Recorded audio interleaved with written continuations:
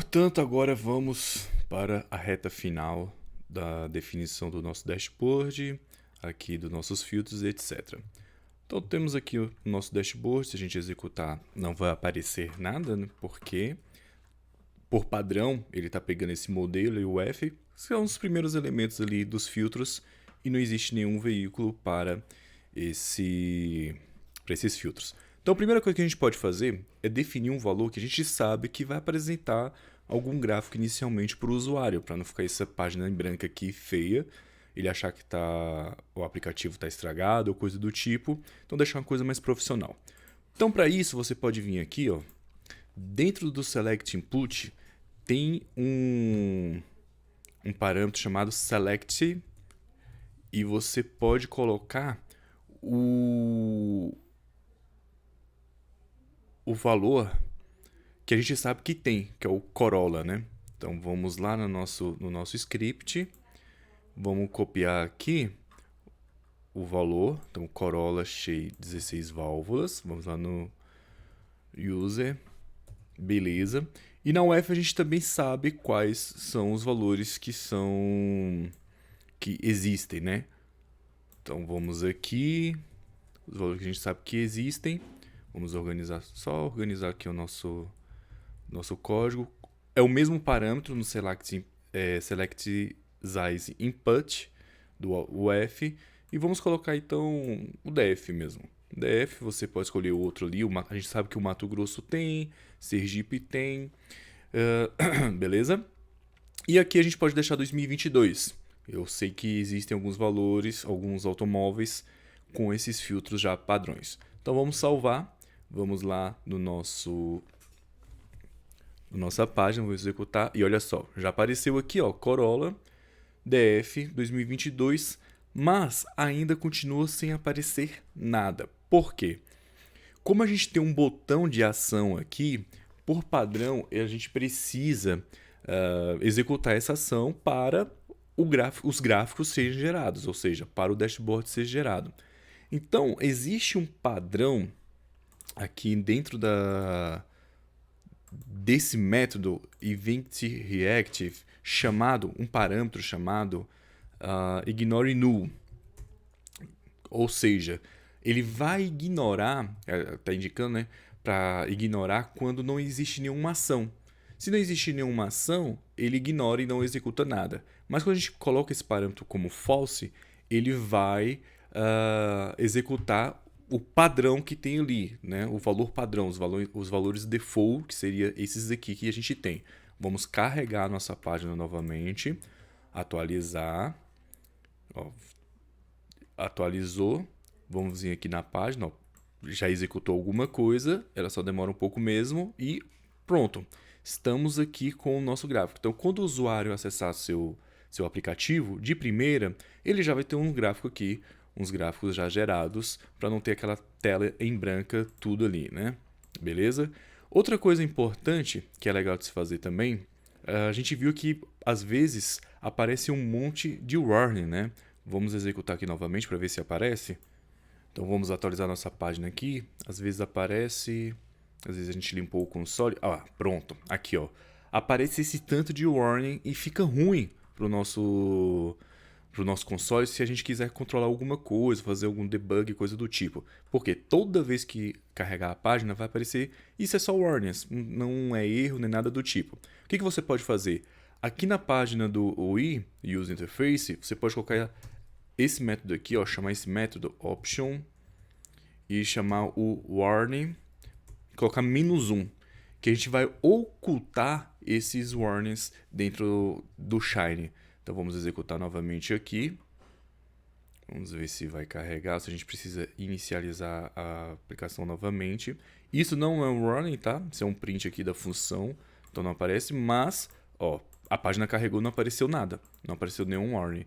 Então eu recomendo você deixar isso aqui para te deixar seu console aqui, seu log mais limpo para você monitorar. E uma coisa que a gente vai fazer bastante agora é fazer alguns monitoramentos com print aqui no console para ver como é que funciona o nosso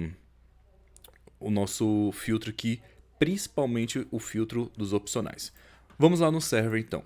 Feito isso, estamos aqui com todo o nosso procedimento pronto.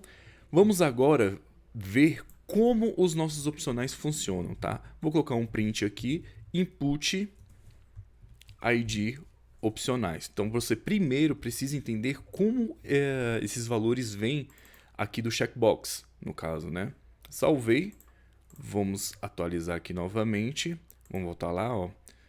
O print não apareceu nada, apareceu um null na verdade, no print aqui, esse null é desse print, por quê? Não selecionamos nada do checkbox. Então vamos lá no nosso checkbox e vamos selecionar dois elementos, airbag e câmera de ré. Consultar, executei, vamos lá na nossa página de novo e olha só, está aqui o airbag e o câmera ré.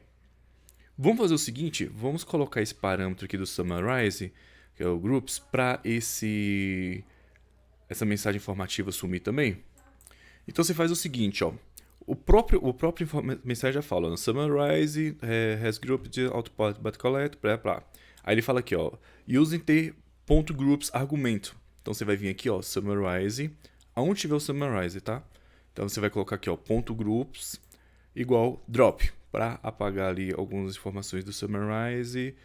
Outro momento que ele utiliza o summarize, tem algum aqui? Tem esse daqui. Vamos adicionar aqui para ver. Mas eu acho que só naquele lá que tá dando problema, porque ele é o último, né? O mutate. Então vamos limpar aqui. Eu acho que é só aquele ali que tá dando essa mensagem de warning. Vamos executar novamente. Vamos voltar aqui para o nosso console. Então foi só aquele summarize ali que deu problema. Ótimo, a mensagem sumiu. Então vamos lá na nossa página. Vamos selecionar aqui som e airbag, consultar. Vamos executar de novo. E isso daqui que você precisa ter muita atenção. Olha só, quando a gente usa o checkbox, ele retorna aqui um array com a quantidade de posições que a gente selecionou, com os elementos, né? No caso aqui nós temos dois. Então um array de duas posições. Um vetor, uma sequência, airbag e som. Então se a gente selecionasse 3, ele ia voltar 3. E fosse 1, voltar 1, ele ia acontecer, voltar para 1 novamente. Então vamos ver como é que funciona. Vamos selecionar aqui, ó, direção hidráulica, consultar, nem vou apagar, e apareceu aqui, ó, airbag, direção hidráulica, som. Se a gente voltar só para 1, só direção hidráulica, ele vai montar só para 1 novamente, viu? Então, resumindo, a própria função, o próprio método, ele verifica tudo que foi selecionado dentro do checkbox, monta um array e manda para você ali pelo input. E essa lógica é importante a gente conhecer para você montar o seu filtro, porque existem várias maneiras de fazer esse filtro de acordo com esse checkbox, tá? Algumas formas mais simples, algumas formas mais complexas e algumas mais medianas. Isso vai depender como está o seu checkbox, qual o seu objetivo e qual a sua lógica, qual a sua necessidade de negocial. Eu vou te mostrar uma das formas de se fazer esse procedimento. Então, ele é um pouco mais avançado, utilizando o dplyr, mas acredito que é o mais fácil de se desenvolver. Então, a primeira coisa que a gente tem que fazer é o seguinte: vamos jogar esse resultado aqui dentro de uma outra variável. Então, vou colocar aqui resultado. Vamos só colocar resultado mesmo. Beleza, temos aqui um resultado. E esse resultado que vai ser retornado para a função, para o método aqui, né? O retorno do método vai ser esse resultado que vai vir para os dados select. Então vamos fazer essa alteração. Vamos aqui para ver se funcionou tudo certo. Vamos ver se deu tudo certo. Ó, null novamente, porque atualizamos a página. E pronto. Beleza, não mudou nada. Agora, o que você tem que fazer? Você tem que montar uma lógica de percorrer de forma automatizada esses valores selecionados, no caso aqui 3, por exemplo, sem precisar ficar verificando. Só que tem uma questão. Lembra que esses checkbox são colunas, não são valores nas linhas. Então a lógica vai mudar um pouco, por isso vai ficar um pouco mais complexo de se fazer isso. Eu vou te mostrar um método um pouco mais avançado, justamente porque não são linhas. Se fosse linhas, a gente a gente bastava colocar aqui igual da UF, ó, o F, só que no caso seria isso daqui, ó, end, vamos supor que fosse uma coluna só, opcionais, in, igual tá aqui o da UF, e colocasse input, aí eu vim aqui, ó, input, ID opcionais. Pronto, estaria pronto o nosso filtro. Só que a estrutura da nossa tabela não é essa. Então, ela dificulta um pouco mais esse nosso filtro, que é basicamente isso daqui. A gente tem que filtrar as colunas. A gente sabe que essas colunas dos opcionais sempre vão ser 0 ou 1, que a gente listou aqui, ó, sempre. Para 0 indicando que não tem o respectivo acessório,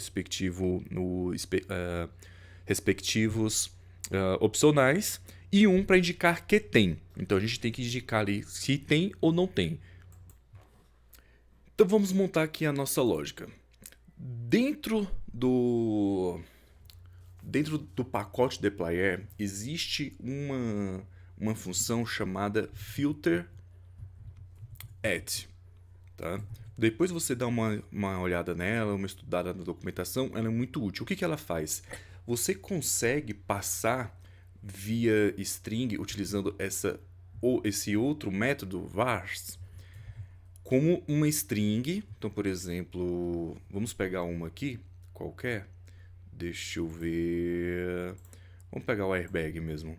Airbag. Vamos pegar o blindado. Pronto, que deve ser bem mais restrito e vai alterar bastante ali. Blindado. Então ele vai converter essa string numa variável, igual a gente colocou aqui, ó, num objeto variável para o filter.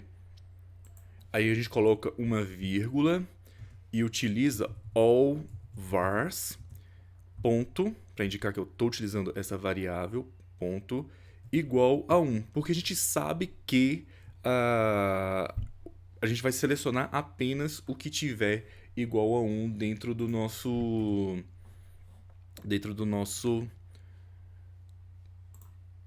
nossa base. Não tem essa vírgula aqui, acendeu uma mensagem de erro, certo?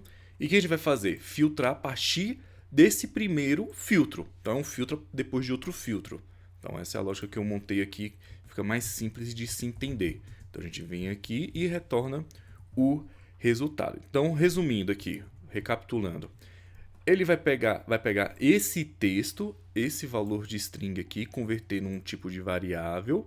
E eu estou indicando que eu quero, a partir dela, converter isso daqui para fazer uma condição, né? No caso, tem que ser igual a 1. Então, vou selecionar todas as linhas que nessa coluna seja igual a 1.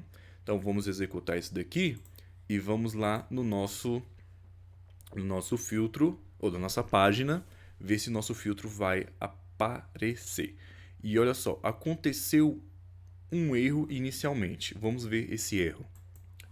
Então, o objetivo aqui é sempre mostrar os erros para você aprender também a olhar os erros. Então, vamos ver aqui, ó, erro, no applicable method for TubbleVars aplicado em um Object Class Cross. Então, vamos lá no que, vamos ver o que está errado aqui, ó, filter, tá ok, e olha só, eu não coloquei o resultado, na verdade, né? O resultado, porque lembrando, é um filtro depois de outro filtro. Então vou quebrar a linha aqui para ficar melhor de visualizar. Vamos limpar o nosso console, vamos voltar lá na nossa página, executar e vamos ver o que vai dar. Deu um erro aqui, porque vamos ver aqui, argumento is not vector, ou seja, aparentemente não teve nenhum registro retornado. Então vamos ver aqui, vamos colocar o seguinte, vamos colocar uma quantidade de linhas do nosso texto aqui, lembrando que eu falei para você, né, que eu gosto de colocar isso daqui para usar como debug, para ver o que está retornando lá para nossa página. Então vamos vir aqui, vamos executar isso, vamos ver o que vai dar aqui. Ó, retornou 0 linhas. Então deve ser por esse motivo aqui que não tem nenhum gráfico foi gerado, né? Vamos ver para outro estado, mt. Vamos ver aqui, vamos executar. Ó, já apareceu. dois registros para MT, que seja com carro blindado. Então temos aqui, ó, esses são os valores de carros blindados para esse modelo aqui. Então pronto, o nosso filtro funcionou de acordo aqui. Só que agora a gente tem que montar a lógica para percorrer todos os inputs, certo? O mais fácil aqui é o for. A gente coloca um for, coloca um C, vou pegar o input dos opcionais, aí de opcionais, vou percorrer cada um desse, aplicando um filtro dinamicamente. Lembrando que essa é só uma das formas de fazer, você pode ver outras totalmente diferentes na internet, você dá uma procurada aí com calma.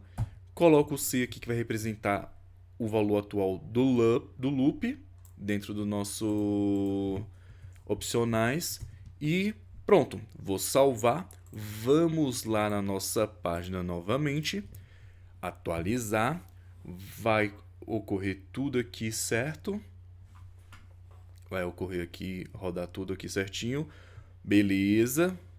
Vamos lembrando que então vamos colocar Sergipe e MT para ver se tem mais veículos. Sergipe MT, ó, 164 veículos, show. Ok, então vamos agora blindar, escolher os opcionais. Vou escolher airbag e vidro elétrico. De 164 foi para 146.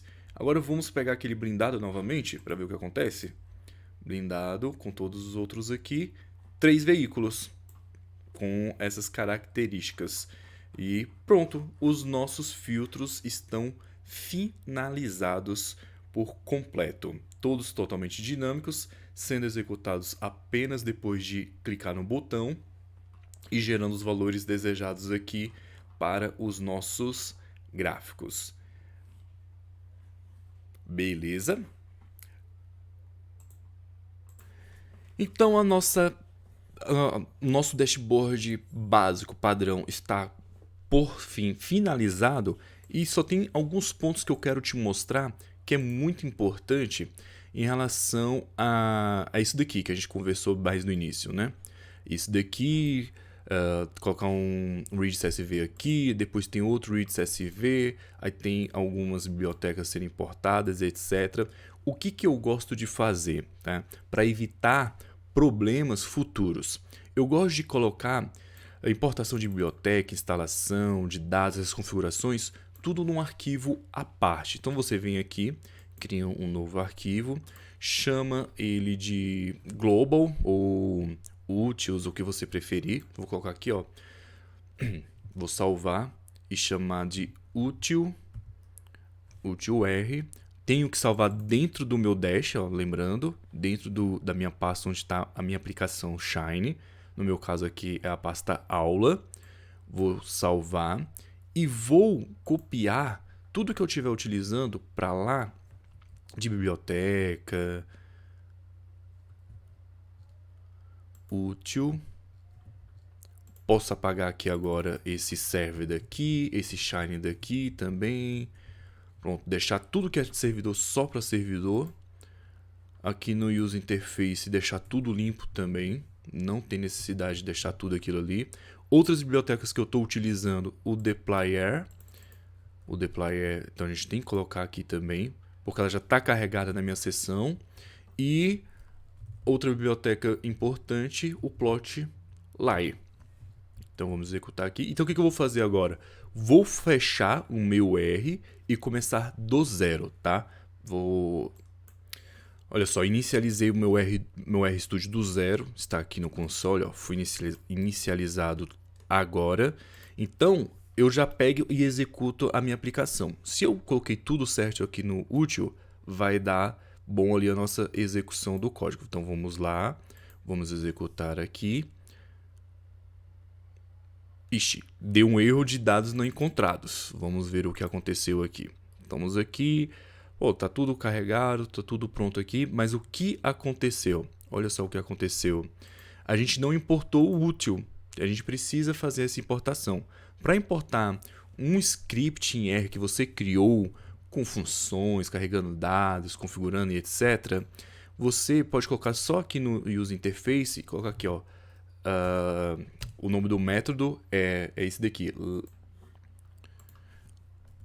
source, e o nome do arquivo. Então, no nosso caso aqui vai ser util.r. O funcionamento dele é semelhante ao library, você vai estar baixando, só que o source você baixa de um script que você mesmo desenvolveu que está no local da sua pasta. Então vamos apagar aqui, vamos lá na nossa página novamente, vamos executar, vamos apagar aqui a outra página e olha só, pronto, todo o nosso código, tudo aqui foi carregado. Nossos dados deu perfeitamente aqui. Pode reparar que o fundo está cinza, porque esquecemos de colocar o principal aqui do tema aqui, ó. Podemos também colocar lá no útil, tá? A gente pode colocar esse daqui no User Interface ou no útil. Então fica a seu critério aí, a sua escolha. Então vamos aqui, vamos voltar para cá, atualizar a nossa página novamente, porque esse útil, esse tema, essas configurações aqui, o carregamento das páginas, então quando a gente faz no R, uma vez, fica sempre ali na seção do R. Não funcionou? Por que que não funcionou? Pelo seguinte, a gente não está carregando o ggplot 2, e vamos para a aplicação e executar tudo de novo. Ó, executamos aqui, paramos, né? A aplicação, vamos executar novamente. Vai carregar e vamos ver agora o resultado. E pronto, agora carregou. O fundo branco que a gente configurou, os nossos gráficos e os filtros padrões. Então, por fim, agora essa é uma forma, né, de você fazer, e você pode fazer isso para tudo, tá? Você pode fazer isso para gerar, por exemplo, se você utiliza muitos gráficos semelhantes, muitos boxplot, você pode desenvolver uma função aqui que vai elaborar um boxplot e só colocar a chamada dela aqui no server. Então, a gente utilizou bastante boxplot aqui, a gente utilizou gráfico de pizza, então a gente poderia passar aqui para o util também. Então, você pode fazer diferentes coisas aqui, desenvolver funções para utilizar, para manipular os dados e etc. Tá? Então, a nossa aplicação básica do Shine está pronta. O próximo passo agora é a gente vai utilizar uma outra biblioteca para então fazer a versão final do nosso dashboard com linhas, coluna, com gráficos ali, uma página colorida, bem profissional. Então até a próxima aula. Até mais.